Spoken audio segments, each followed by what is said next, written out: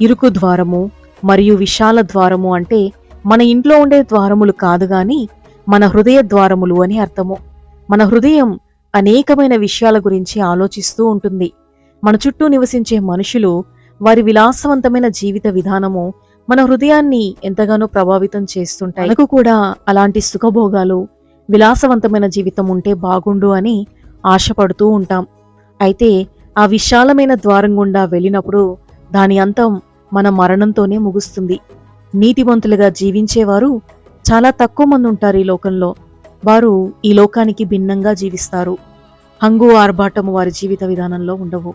వారు ప్రవేశించిన మార్గము ఇరుకుగా ఉన్నప్పటికీ కూడా దాని గుండా ప్రవేశించే వారి మార్గము జీవమునకు దారితీస్తుంది.